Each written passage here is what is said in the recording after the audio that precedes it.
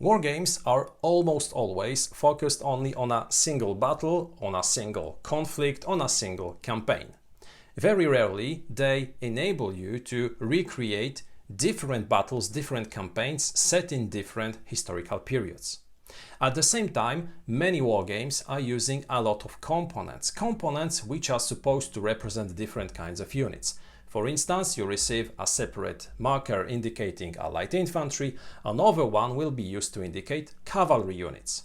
But is it possible to use the same component to depict both of those units? Let's see.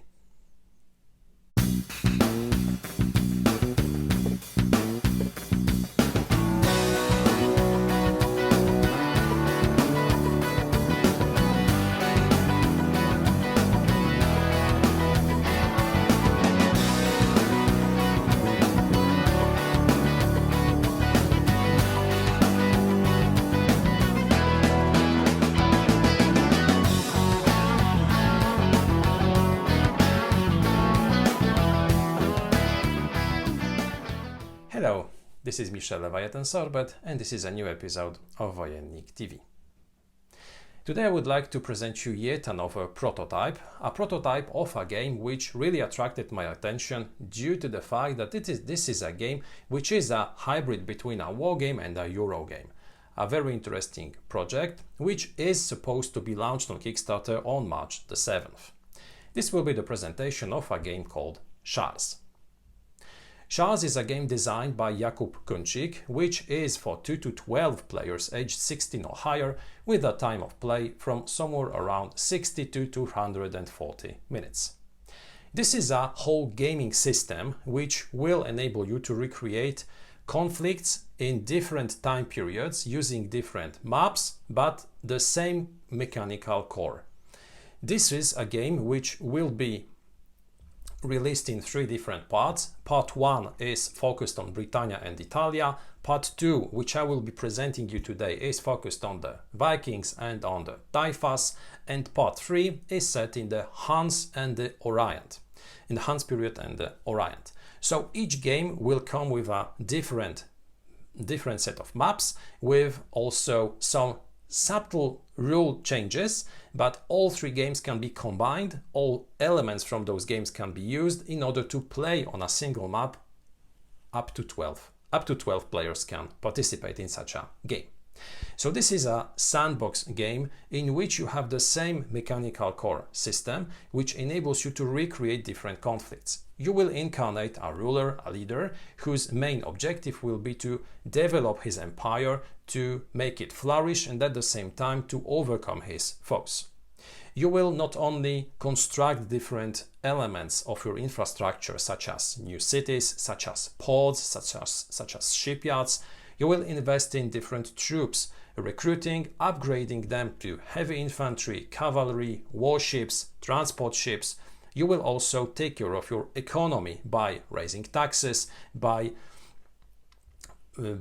also taking care of your grain reserves, of your herds. So you will be even able to take care of your pigs or of your horses, of your cows, which you will be sending to some different parts of your empire in order to protect them from your opponents or in order to feed your own troops. So this is a game which is a hybrid of a war game and of a Euro game, and today I would like to show you how this game looks by showing you the second part of the game focused on the Taifa period, and at the same time I would like to briefly explain what are the key concepts of this game, the key mechanics which you can expect from this project. The name itself, Scharz, is derived from the German word Scharmützel, which means skirmish, which indicates instantly that the game will be all about fighting. But not only about fighting. Fighting will be a very important element of the game, but still economy as well as diplomacy will be very important factors as well. So now, without further ado, let's take a look at how Scharz looks and how it works. Here is a look at Scharz, the second part, which is focused on the Vikings and on the Taifas period. So I will be showing you only this part of the game. The 2 others have different boards, have also some different mechanisms, but in its core, Scharz will work pretty much the same way, no matter which part of the game you are using. Now, in a game of Scharz, in a box of Scharz, you will find several elements. One of those elements will be obviously the playing area, the game board.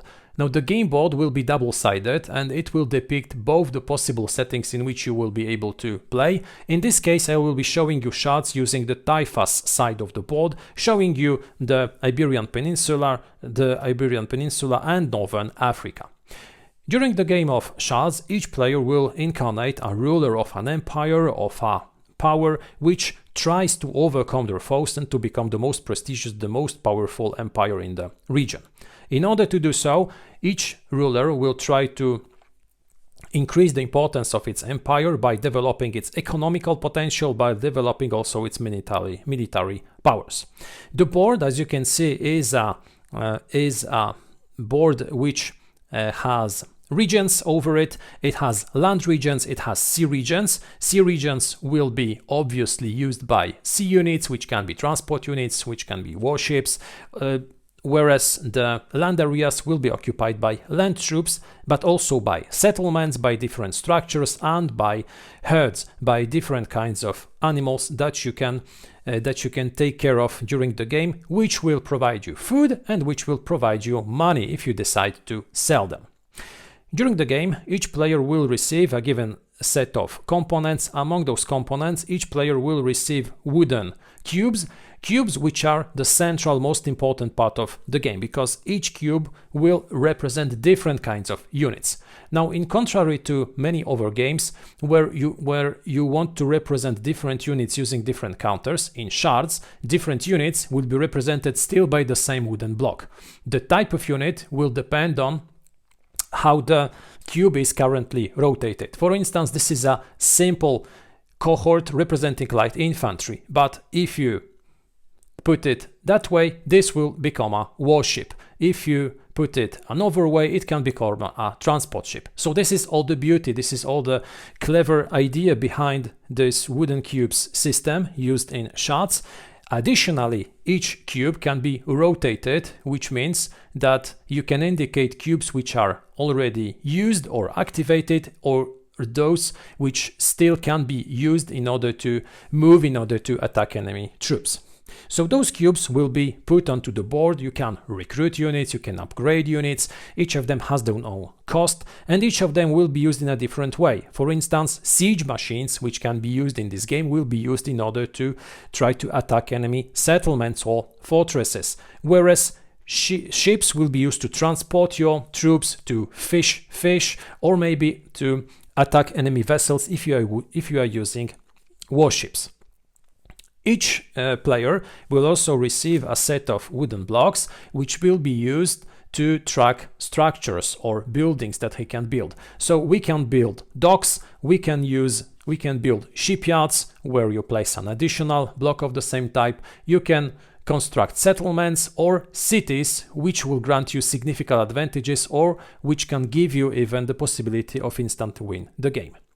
If talking about winning the game, in Scharz, there are really several ways through which you can win the game. You can win the game through unification, which means that all the other players during the game became your vassals. Because in the game, you will not only be developing your military powers, you will not only develop your economical engine, you will also be discussing a lot of things with other players. You will using your diplomatic skills, trying to convince them to enter into an alliances or maybe to become your vassals. If you manage to become the lord of every other player, you win the game.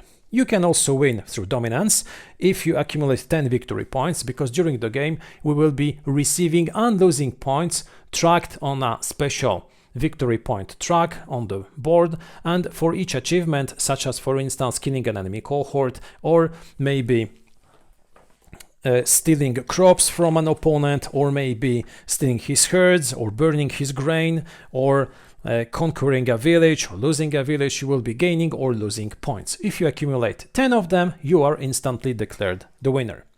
You can also win through might if you manage to accomplish two conditions among a given list. For instance, if you control 14 or more land game fields, and at the same time, if you, for instance, complete 7 settlements or build 2 cities. If you manage to do this, you can win.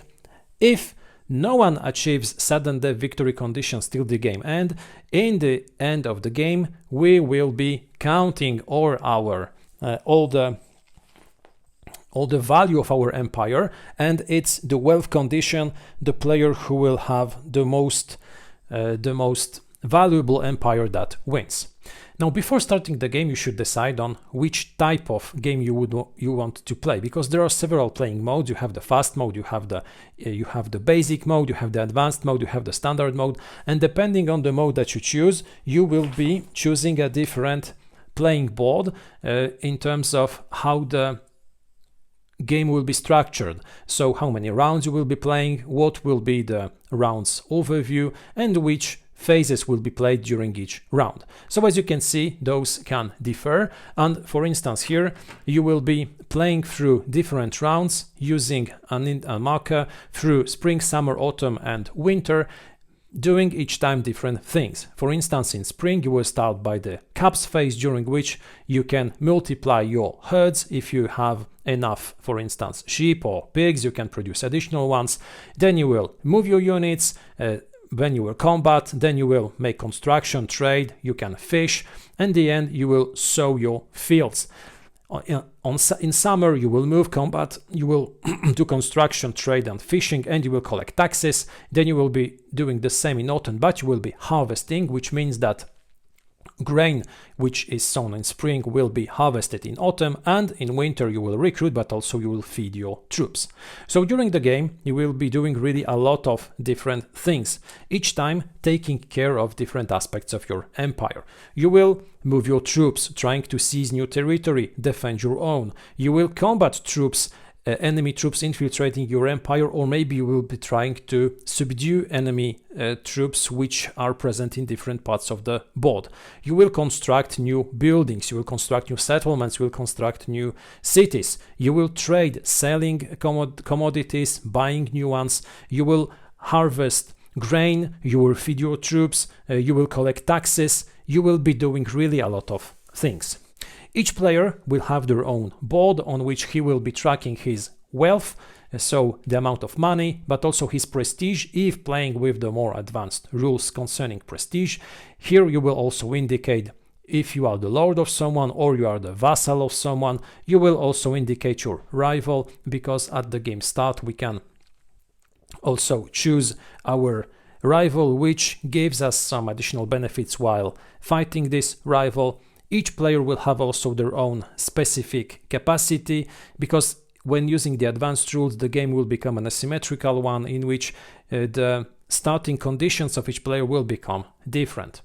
So during a game of Scharz, you will be using all those to try to build your own empire, trying to defend your empire against enemy attacks, and at the same time trying to accomplish victory conditions. Victory conditions which differ, which are very broad, and you have many paths to victory. Each time you will try to adapt to what is happening, what is currently happening, and you will be trying to do your best in accordance to the situation in a given moment. Now, if you look at the board, you see that the frontiers or the borders between different terrain are indicated by colored borders. Not each of those colors is used in each game, because it depends also on the number of players. This board can accommodate not less than 12 players, but if it does, many boundaries, many frontiers will be used. If you have fewer players, some of the boundaries that you can see right now on the board will be non-existent. So for instance, the yellow ones will not be used if playing with 2 or 3 players. In contrast, if you're playing with 12 players, all the borders will be taken into consideration. So this might seem counterintuitive, or even it can become a hindrance at first sight. You will be accommodating. It takes some time to accommodate to it, and to understand that not every border that you see on the board is used when playing in a given number of players. Battles are resolved using dice, so each troop has a certain type of dice associated to it. For instance, the weak cohorts have only white dice on which you can find only 2 swords. Stronger units will be using blue dice where more swords are present, whereas the strongest units will be using red dice, as you can see, having a lot of swords. Combats will be resolved in a very easy way. Each cohort will roll a die in accordance to their type using a given color. The number of swords will be compared to the life factor of a unit. Eventually some shields will be taken into consideration if it is the case due, for instance, to units defending on certain terrain types or in cities, and then hits will be applied and units will be removed from the board.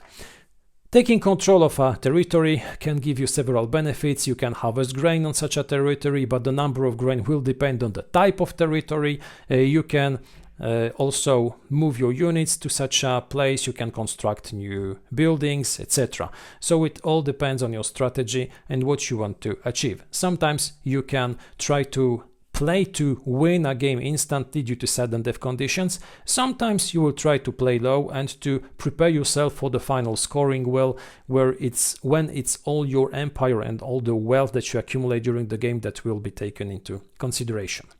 Now, those are the really basic concepts of the game. Apart from that, we have some overcool ones from some more complicated concerning prestige, which can be another element which is used in the game, where we can also when we also can use more complex rules concerning combat resolution, in which battles will be fought on a special display where units will be placed onto the right flank, left flank, onto the central corps or to the reserves.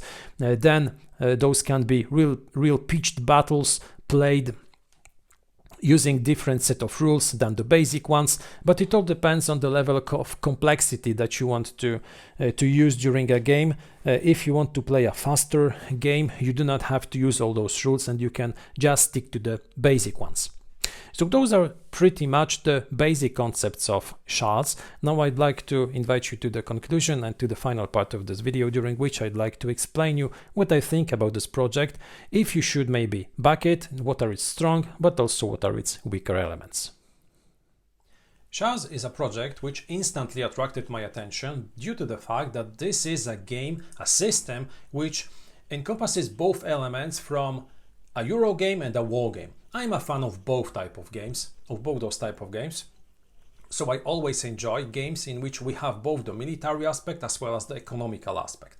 And in Scharz, everything is present. So firstly, what you do in Scharz is obviously develop your empire by attacking your enemies, by defending against enemy attacks, by increasing the number of troops that you have, by upgrading their quality. But at the same time, you are focusing also on your economy. You have to harvest grain, you have to collect taxes, you have to take care of your herds. You have a lot of things to do. Additionally, in Scharz, you have also another layer, the diplomatic one. And the diplomacy layer is an extremely important part of Scharz. It's not sufficient to have a good army, it's not sufficient to have a lot of grain stored. You also have to have allies. You also have to discuss with other players in order to maybe bribe them or maybe subdue them, become sometimes the sovereign of other players. It's possible in this game, and it's also an element of the game which I really like. What I really like in this system is the fact that you have a lot of decisions to make which are related to what you already have on your board and what you're planning to do. Each turn game, each round will be requiring a lot of decisions. You will have to sometimes change the focus. You will sometimes have to change your plan. You will have to adapt in accordance to what is happening. The fact that the boards are so small but at the same time offer such a lot of possibilities make possible different movements and make possible surprise movements, surprise attacks. So you have to always be on guard. You have to always keep in mind the fact that you might be attacked by one of your opponents. So the way that you dispose your that you use your defenses, that you create defense perimeters and use your troops in order to defend your empire will be of a crucial importance. At the same time, you will be trying to put your units in such a way in order to protect your economy. So losing settlements, using herds will impact your economy just as losing your grain will. So the balance between economy and military is key in Scharz, and this is something which I really like. This is also the thing which makes Scharz somewhat a hybrid between a Euro and a wargame. At the same time, what I really like in this game is the fact that this is a system which from the beginning was designed in such a way that it can be used in different historical periods. It can be used in different settings. So you already have 3 different parts of Scharz. The first one focused on Britannia and Italia, the second one presented during this video focused on the Vikings and on the Taifas period, the third one which enables us to play as Huns or in the Huns period, or in the Orient. But you can imagine also different settings. You can easily take the game into South America, you can take the game into South Asia. It all depends on your creativity. The 3 parts are interconnected in such a way that you can use the maps which are part of those games, and you can play one huge game up to 12 players using all the 3 boards. But at the same time, you can also play a 12-player game on a single map. This will be bloody, this will be very intense, but it is feasible. Again, what I really like in this game is the fact that to some extent this is an extremely minimalistic design. To some extent, because in some other parts of the game we see that the scope of the game is far more big than you might expect.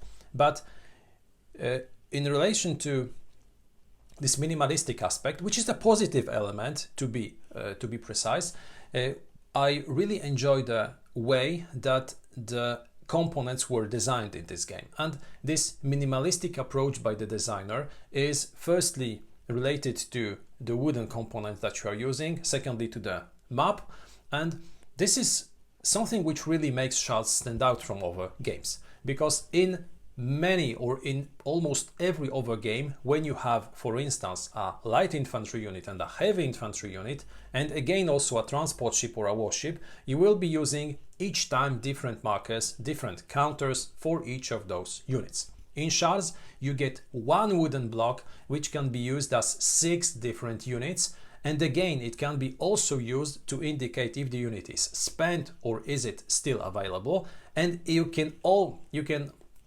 use it also to indicate how many or how much percent of a construction had been made. So this is something brilliant. I really love the idea of using those wooden cubes in so many ways. Why add new units? Why add additional components if you can use the one and only one component in order to represent all those kinds of units? This is brilliant. This is something which makes Scharz really exceptional, and this is really also something which makes the game much smoother and much faster to play, because you do not have to search for additional markers, you do not have to replace the marker on the map. You want to upgrade your unit, just switch it from one side to another, and here you go, you have an upgraded heavy infantry. This is great. The same applies to the map, although here I'm not as enthusiastic as I was in relation to the units. You can play a game of with 2 players or even 7 or 12 players on the same map, and you will be using the same map each time. The difference will be the borders between regions, and here it's the colors who are very important. So in some player count, some borders will not be used, some borders will be inexistent, but still, even though the borders won't exist, the lines will still be on the map, so you will be seeing they are there. It's difficult not to spot them. So with units, it's not a problem. You just rotate the small counter, or rather the small cube, and you have a new unit. You see only this unit. But when you look at the board, I personally, when played the game, I had sometimes doubts. Is this line still valid when I'm playing in a 3-player game, or is it valid if I'm playing a 7-player game? Is this line valid? So I had some doubts, and I believe that especially when you start to learn the system, this will be a hindrance and this might be problematic. Although when you do learn the game, when you do understand how it works, it will not be a great issue. Still, at some point you can have doubts, and it can lead to errors during play. But using the same board, no matter how the number of players looks, is also an important element of this game. What I really like is the fact that the author thought of different playing modes. You have 4 different playing modes. You have the introductory one, you have the standard one, you have the advanced mode, and you have also the fast mode. So depending on your knowledge of the game, depending on your expectations, depending on your thirst for complexity, you can choose from different playing modes, and each time the game will work smoothly, it will work fine.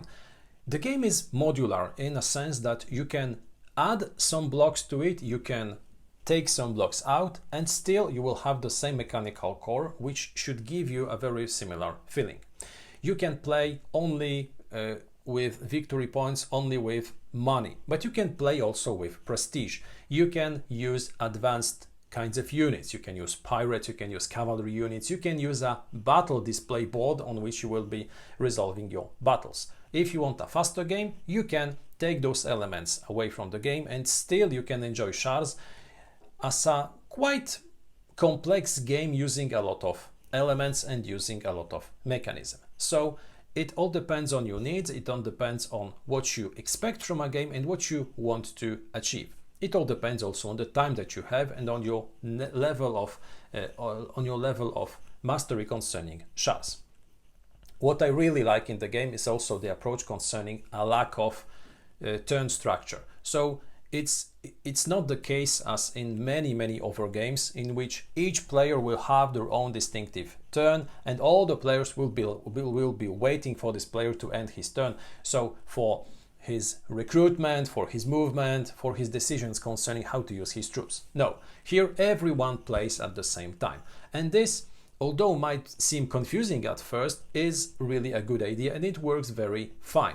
There will be some situations in which there will be problematic moments when, for instance, both players want to move troops to the same region, or when they want to move from one region to another and their opponent wants to do the same thing. So sometimes, due to the fact that you will be focusing on your own movements, you might be surprised at what you see on the board when you take a look at a different part of it after focusing on another. It might be surprising, it might be also problematic from time to time, but still, at most times where there are no very aggressive movements from each player, this works fine, and this speeds the game very much. And this is something which I really enjoy. And what I believe, as far as I understood what Jakub Kunčík wrote in his designer notes, was also something which he wanted to achieve in his design, and I think he did it. This game works quite smoothly, it works quite fast. If the game was to be played in a classical way using turns, each player gets his own turn, the game would drag for a long time. It would be less intense than it is right now. I believe this is a good approach. I believe the idea works very good.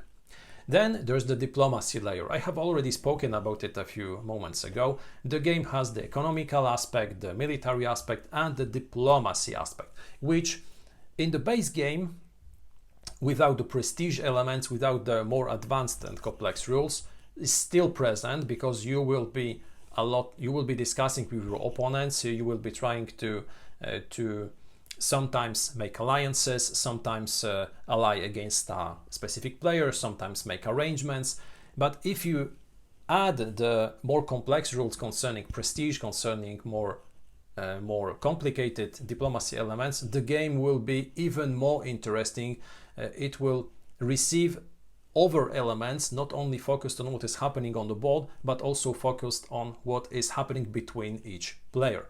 So making alliances, making decisions concerning with whom to ally, who to attack, when to attack, will be key elements. Protecting your economy will be key to victory. Protecting your empire at the moments where you will be raising new buildings is the most important moment of your game.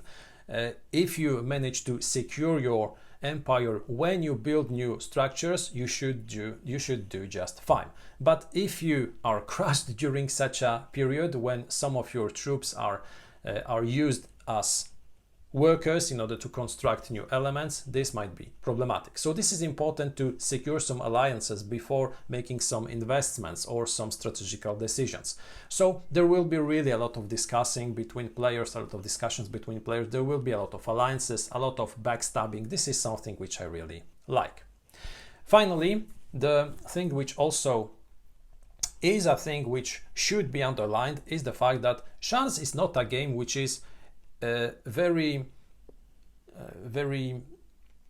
much focused only on one aspect. As I said earlier, we have 3 different layers of this game, and each of them can bring you closer to victory. You do not win a game of Scharz only by doing victory points. You do not win only by winning battles. You have to make decisions which will bring you closer to victory each time, but without closing doors of achieving this victory through a given way. You have several ways of winning in Scharz, which makes the game so difficult to grasp at first glance, because it's not obvious on which things you should focus. You might be surprised during your first games that you achieved so much on the battlefield, but still lost because someone else managed to score a lot of points, for instance, for constructing cities. So you have to constantly analyze what other players are focusing on, adapting to what is happening, and at the same time trying to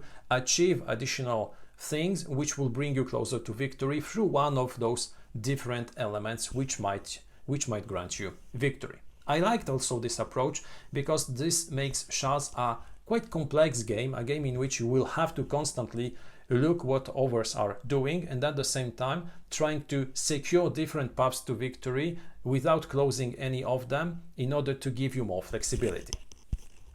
So what are the things which I like less in Scharz?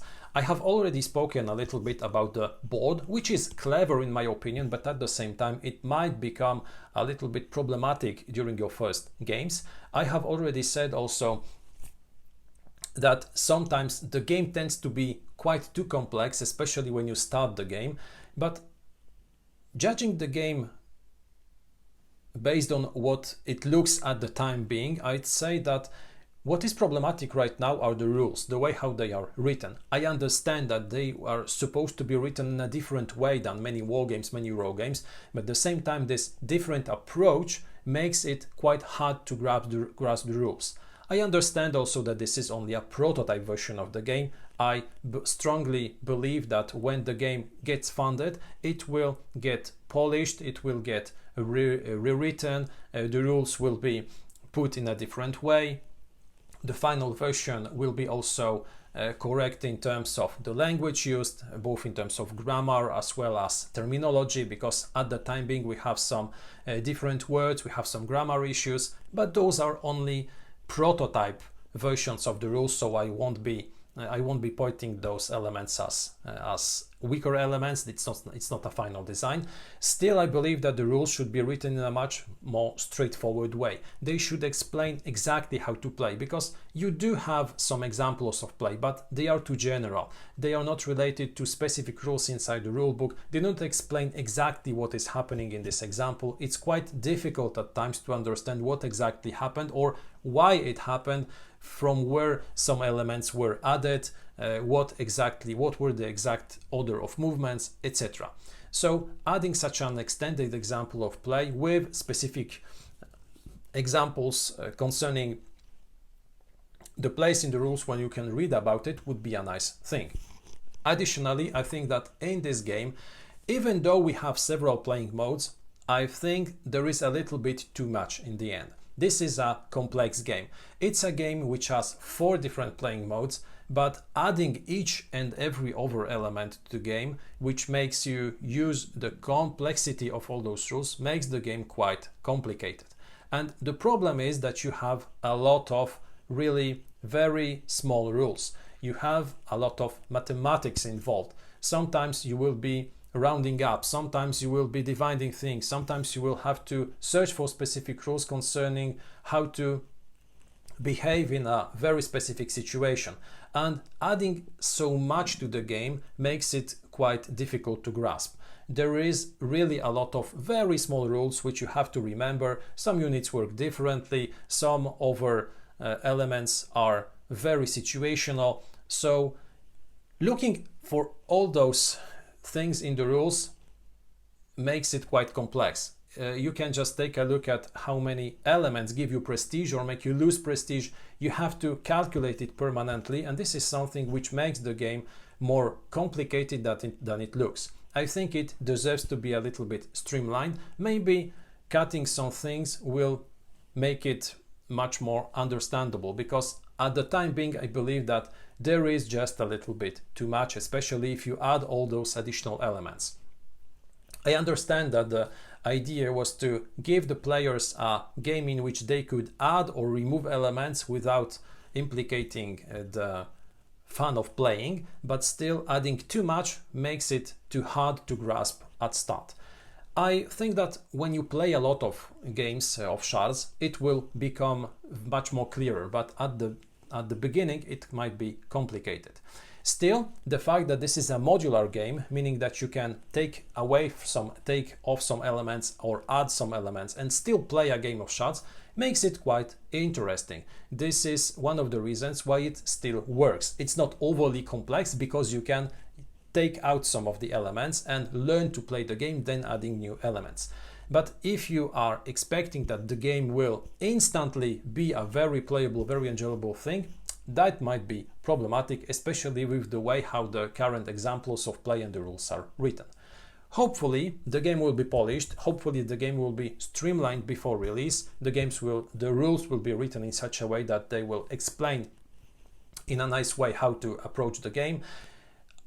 Preserving the formals is a good idea, the modular aspect is a good idea. If only some elements are streamlined, maybe taken out from the game can be really, really good. At the time being, I believe this is an extremely interesting project, a game in which you have interesting mechanical ideas, minimalistic to some point in terms of how components are used, but in the positive sense of this word, complex when it comes to all the possibilities and the elements that you can have while playing this title. You should take a look at it if you're searching for a sandbox wargame, a mix of a wargame and a Eurogame. This might be something for you. This was the review of the prototype version of Scharz, a game designed by Jakub Kunčík. Thank you a lot for watching this video. I invite you also to take a look at my other videos on Wojennik TV. Take also a look at my Facebook and Instagram accounts. Have a terrific day and see you next time.